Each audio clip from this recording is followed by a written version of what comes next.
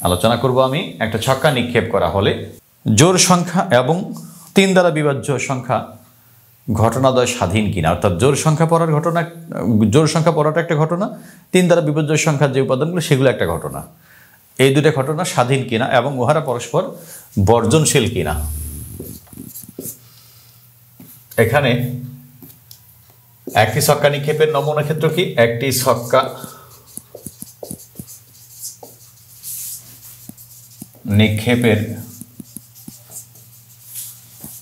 নমুনা ক্ষেত্র S is equal 1 2 3 4 5 6 6টা অতএব নমুনা ক্ষেত্রে মোট ফলাফল, নমুনা ক্ষেত্রের মোট ফলাফল বা মোট নমুনা বিন্দুর সংখ্যা নাম্বার অফ S বা N ও বলা হয়, শুধু ছোট n is equal 6। 1 2 3 4 5 6 6টা আছে। আমাদের বলেছে কোশ্চেন জোড় সংখ্যা এবং 3 দ্বারা বিভাজ্য সংখ্যা ঘটনাদ্বয় স্বাধীন কিনা এবং উহারা পরস্পর বর্জনশীল কিনা। উহারা পরস্পর বর্জনশীল কিনা খেয়াল করি। ধরি জোড় সংখ্যা পড়ার ঘটনা ছক্কা নিক্ষেপ পরীক্ষায়, ধরি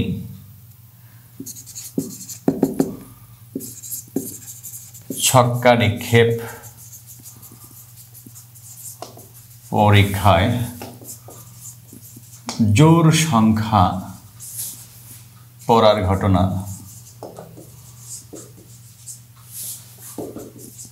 এ এবং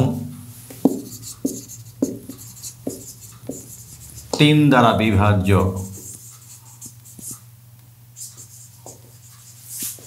সংখ্যা পড়ার ঘটনা is equal b।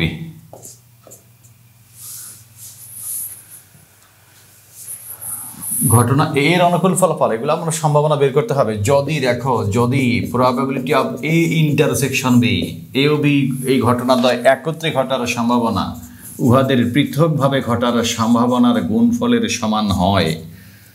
এ আলাদা করে ঘটার সম্ভাবনা, বি আলাদা করে ঘটার সম্ভাবনার গুণফলের সমান হলো এ ও বি একত্রে ঘটার সম্ভাবনা হয়, তাহলে এ ও বি ঘটনাদ্বয় পরস্পর স্বাধীন ঘটনা। আমরা পড়েছিলাম দুটি ঘটনা একত্রে ঘটার সম্ভাবনা উহাদের পৃথকভাবে ঘটার সম্ভাবনার গুণফলের সমান হলে ঘটনাদ্বয় পরস্পর স্বাধীন, আর যদি সমান না হয় তাহলে ঘটনাদ্বয় হচ্ছে অধীন ঘটনা। যদি এটা হয় তবে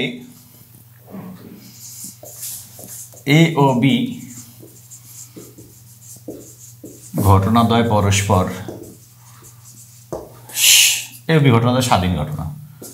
পরস্পর কথাটা না বললে হবে, পরস্পর বললেও ভালো, না বললেও সমস্যা নেই।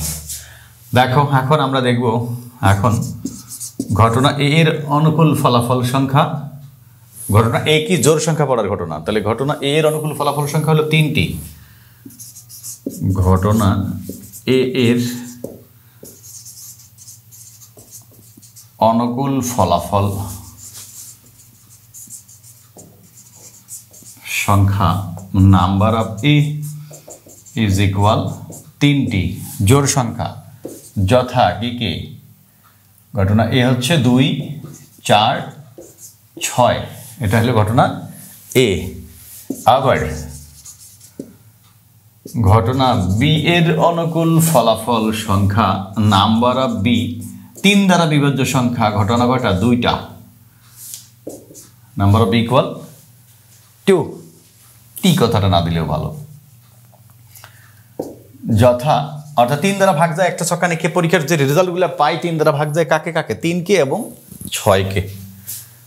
যথা 3,6। এখন উভয় আবার আছে, যে এ আলাদা করে ঘটার সম্ভাবনার জন্য আমি নাম্বার অফ বি বের করলাম, বি আলাদা করে ঘটার সম্ভাবনা এটা বের করার জন্য নাম্বার অফ বি নিয়ে আসলাম, এবং আমাদের এ ও বি একত্রে ঘটার সম্ভাবনা এটা বের করতে হবে। এই কারণে এ ও বি একত্রে ঘটার অনুকূল ফলাফল সংখ্যা এবং এ ও বি একত্রে ঘটার অনুকূল ফলাফল সংখ্যা number of A intersection B is equal A B একসাথে, অর্থাৎ জোর এ কি জোর সংখ্যা, বি কি 3 দ্বারা বিভাজ্য এ বি দুটোই ঘটবে একসাথে, শুধুমাত্র 6।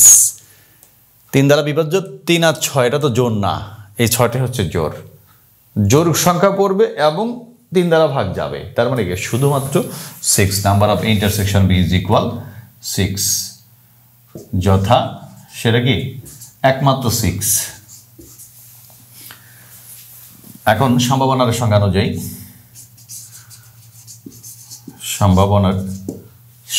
অনুযায়ী, ক্লাসিক্যাল সংজ্ঞা অনুযায়ী বা সংজ্ঞা অনুযায়ী বলতে পারেন, প্রবাবিলিটি অফ এ ঘটার সম্ভাবনা, এর অনুকূল ফলাফল সংখ্যা বাই নমুনা ক্ষেত্রের মোট ফলাফল সংখ্যা। এর অনুকূল ফলাফল সংখ্যা আমরা বের করে রাখছি কত, 3। নমুনা ক্ষেত্রে মোট ফলাফল তো 6, নাম্বার অফ এস কত, 6 ইজ ইকুয়াল 1/2। বি আলাদা করে ঘটার সম্ভাবনা, নাম্বার অফ বি ঘটার অনুকূল ফলাফল সংখ্যা বাই নমুনা ক্ষেত্রের মোট ফলাফল সংখ্যা। বি এর অনুকূল ফলাফল নাম্বার অফ বি কত, 2/6 মানে কি 1/3। এবং probability of A intersection B,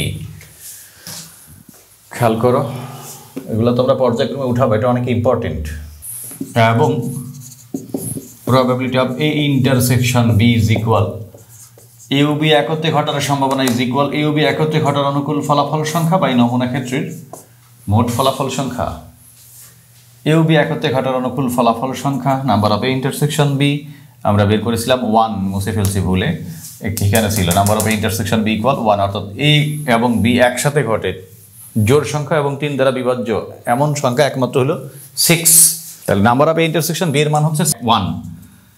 number of A intersection B এও বি একত্রে ঘটার অনুকূল ফলাফল সংখ্যা হচ্ছে 1, শুধুমাত্র 6, তার মানে একটা। এ মানে কি জোড় সংখ্যা, আর বি হচ্ছে 3 দ্বারা বিভাজ্য সংখ্যা, অর্থাৎ 3 দ্বারা ভাগ যায় 3 আর 6। এই দুটোর মধ্যে আবার জোর কোনটা, এটা তো বিজোড়, এটা হলো জোর, অর্থাৎ জোর এবং 3 দ্বারা ভাগ যায় এমন একটাই সংখ্যা আছে, সেটা হচ্ছে 6 অনুকূল ফলাফল, অর্থাৎ একটা মানে 1/6। এখন probability of A into probability of B দেখতে হবে আমাকে, এই দুটো গুণ করি আগে।